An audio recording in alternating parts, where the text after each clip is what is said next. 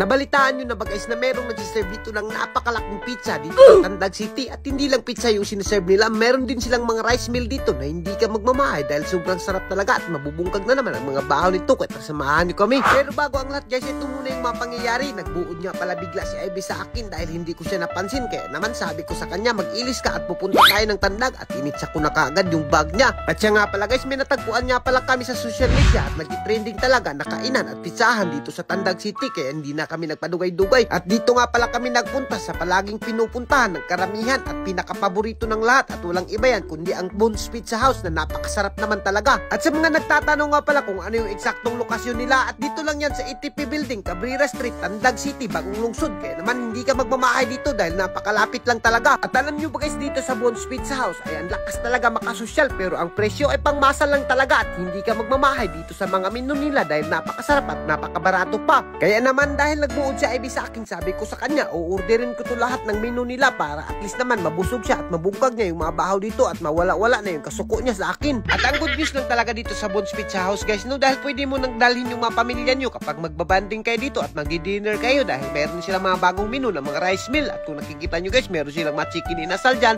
Korean fried chicken, shawarma rice, at iba't ibang klase ng pinakapaborito nyong pagkain. At siyempre meron din silang mga milk tea dito at mga drinks na hindi ka rin magmamahay, at talagang mabubungkag nyo yung mga bahaw dito. At habang naghuhuwat kayo dito guys, napakaganda nga pala ng view. At speaking of view guys, hindi ka rin magmamahay sa pizza nila, dahil sa buong buhay ko ngayon lang ako nakakita ng pizza na napakalaki sa buong mundo. Siguro mga 40 katao yung makakain nito. Naku, talagang napakalaki. Iwan ko kung paano namin uubusin to ni Ivy. At dito nga sa Bones Pizza House guys ay napakabarato lang talaga, dahil yung mga in-order namin ni Ivy ay nagre-range lang ng 185 to 65 pesos, kaya hindi ka talaga magmamahay dito. Alam nyo ba guys, pag serve nila sa amin, talagang hindi na ako nakaantos, talagang kinitkit ko na kaagad dito yung chicken inasal nila na napakabarato talaga, kaya naman napakalambot pa ng unod. Ngayon lang ako nakatikim ng chicken inasal na napakasarap talaga. At kung umabot ka sa video na to guys, at kung naghahanap ka ng makakainan na makakabarato ka at sobrang sarap at sobrang sulit pa, ay nakaw dito na sa Bones Pizza House guys, dahil hindi ka magmamahay dito, lalo na kapag kasama yung pamilya nyo, nagbabanding kayo, at lalo na kapag mga uyab mo, naku, talagang hindi kayo magmamahay dahil napakasarap dito. At alam nyo ba guys, first time rin namin kumain dito, pero ngayon na natagpuan na namin to, ay naku, babalik-balikan na talaga namin to ni Ivy, at meron na naman kaming bagong spot na iisnakan, kaya naman talagang hindi kami nagmamahay na nakatikim kami dito, lalo na sa pizza nila na napakadako naman talaga.